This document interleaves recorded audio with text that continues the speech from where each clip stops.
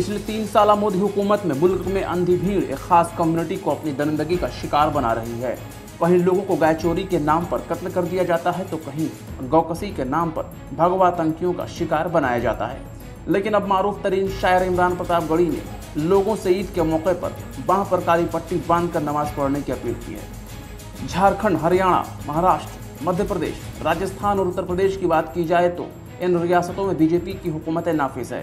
वही बीजेपी जो सबका साथ और सबका विकास की बात करती है, लेकिन भीड़तंत्र की कारकर्दगी की बात की जाए तो बीजेपी हुकूमत वाले हर सूबे में एक ही मजहब और कम्युनिटी को जिस तरह से निशाना बनाया जा रहा है, उससे तो लगता है कि भीड़तंत्र खास मकसद को अंजाम दे रही है। गुज़श्ता वक्त पर अगर रोशनी डाली जाए तो इकला, मोहसिन, पहलू खान, जफर खान और अब बल्लभगढ़ में जुनैद जैसे मासूमों को जिस तरह से कत्लेआम किया गया, उसमें लॉ एंड ऑर्डर की बदहाली को जिम्मेदार बताया गया। लगातार हो रहे कत्लेआम से तकलीफ ज़दा मारूफ तरीन शायर इमरान प्रतापगढ़ी ने इन वारदातों की शदीद रद्द अमल का इजहार किया है। इमरान प्रतापगढ़ी कौम के गम को शायराना अंदाज में पेश करते हुए कहते हैं, हम ही को कातिल कहेगी दुनिया, हमारा ही कत्लेआम होगा।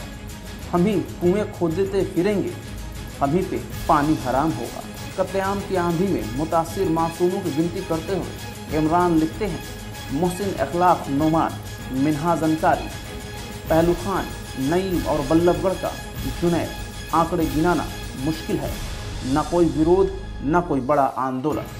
इसके आगे इमरान ने मुस्लिम वोटों के लिए छटपटा रहे सियासतदानों को आड़े हाथों लेते हुए कहते हैं, हम इंतज़ार करते हैं कि हमारा कोई नेता हमारे मुद्दे पर आवाज़ उठाएगा, लेकिन कौम के मसीहा अभी अफ्तारियों में मशगूल हैं, ईद मनाने की तैयारियों में लगे हैं।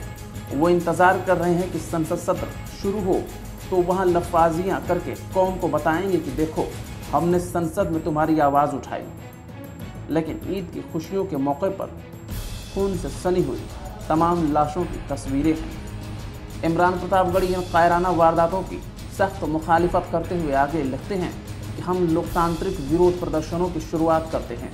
हम ईद के कपड़े पहनेंगे तो अपनी बाह पर एक काली पट्टी भी बांधेंगे और तस्वीर खींचकर सोशल मीडिया पर डालेंगे। इस तरह से अपने इस विरोध को सरकार तक पहुंचाएंगे। ट्विटर, फेसबुक की दीवारों पर भर देंगे ऐसी तस्वीरों से। आप भी साथ दीजिए, अपना विरोध दर्ज कराइए, जिससे भीड़ किसी और को मजहब और अलग पहचान की वजह से मार ना दे। वजह साफ है, मुल्क के हालात किसी से छुपे नहीं हैं। पूरी दुनिया जान चुकी है कि मोदी हुकूमत में अक़लियतों के साथ किस तरह के सलूक किए जा रहे हैं। उससे तो यही लगता है कि मोदी हुकूमत में मुस्लिम रहनुमा बीजेपी के शोपीस बन चुके हैं, जिनके नाम की दुहाई देकर बीजेपी पूरे मुल्क को गुमराह करने की नापाक कोशिश कर रही है।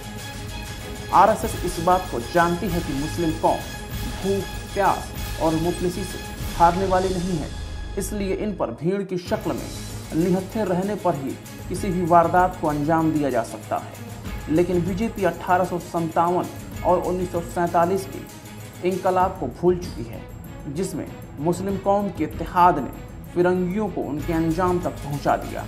लेकिन मोदी हुकूमत को गाय, भैंस, गोबर, गौमूत्र और योग से वक्त नहीं मिल पा रहा कि वो इन तारीखी लम्हों को याद कर सके। Bureau report, national Dastak.